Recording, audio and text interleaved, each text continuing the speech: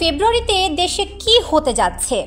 আবারও কি উত্তপ্ত হয়ে উঠবে রাজনৈতিক অঙ্গন? আওয়ামী লীগ সরকারের পতনের পর দেশে শান্তি স্থিতিশীলতা ফিরে আসবে বলে আশা করেছিল সাধারণ মানুষ। সেই আশা কি দুরাশায় রূপ নিচ্ছে? এমনই সব প্রশ্ন এখন মানুষের মনে।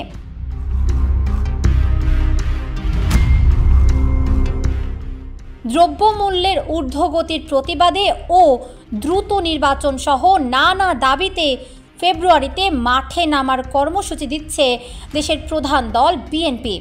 গত ২৭ জানুয়ারি এমন সিদ্ধান্ত নিয়েছে দলটির সর্বোচ্চ নীতি নির্ধারক স্থায়ী কমিটি। ২ ধাপে পালন হতে পারে এই কর্মসূচি। প্রথম ধাপে শুধু দ্রব্যমূল্যের ঊর্ধ্বগতির প্রতিবাদে সারা দেশে জেলা উপজেলা পর্যায়ে সমাবেশ। দ্বিতীয় ধাপে এই সমাবেশ হবে দ্রুত নির্বাচন দিয়ে গণতন্ত্র ফেরানোর দাবিতে। অবশ্য এখনও কর্মসূচির আনুষ্ঠানিক ঘোষণা দেওয়া হয়নি।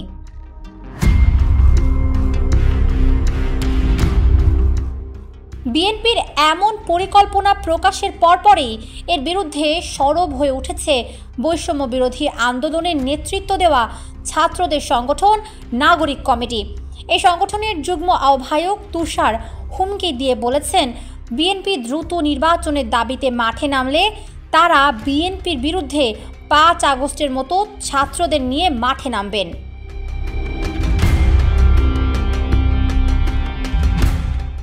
নির্বাচনের আগেই ক্ষমতাচ্যুত শেখ হাসিনা সরকারের শীর্ষ পর্যায়ের নেতাদের বিচার ও শাস্তি কার্যকর করার দাবি জানিয়ে আসছে বৈষম্য বিরোধী ছাত্র আন্দোলন ও নাগরিক কমিটি। অন্যদিকে ফেব্রুয়ারিতে সারা দেশে হরতাল সহ নানা কর্মসূচি ঘোষণা করেছে ক্ষমতাচ্যুত আওয়ামী লীগ। দেশের বাইরে থেকে এসব কর্মসূচি দেওয়া হলেও দেশের ভেতরে কারা এই কর্মসূচি বাস্তবায়ন করবে এ নিয়ে দলের মধ্যে সন্দেহ রয়েছে। তবে আওয়ামী লীগের এই কর্মসূচিকে বেশ গুরুত্বের সাথে দেখছে অন্তর্বর্তী সরকার।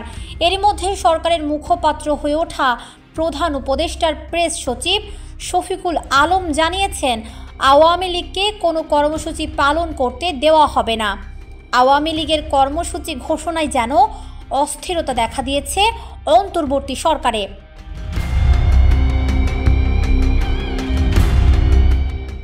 প্রেস সচিবের চাইতে আরও কয়েক ধাপ এগিয়ে গেছেন বৈষম্য বিরোধী ছাত্র আন্দোলনের অন্যতম সংগঠক হাসনাত আবদুল্লাহ।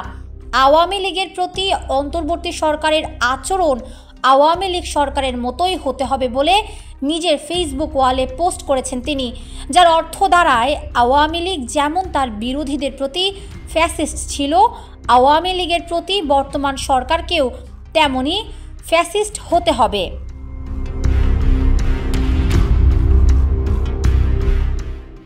একদিকে বিএনপি বনাম নাগরিক কমিটির মধ্যে সংঘাতের শঙ্কা, অন্যদিকে ক্ষমতাচ্যুত আওয়ামী লীগ বনাম অন্তর্বর্তী সরকার। আওয়ামী লীগ যাতে তাদের কর্মসূচি পালন করতে না পারে সেজন্য নতুন করে ধরপাকড় শুরু হতে পারে বলে আশঙ্কা করছেন অনেকে। সব মিলিয়ে ভাষা শহীদদের মাস ফেব্রুয়ারি হয়ে উঠতে পারে সংঘাতময় এক সময়।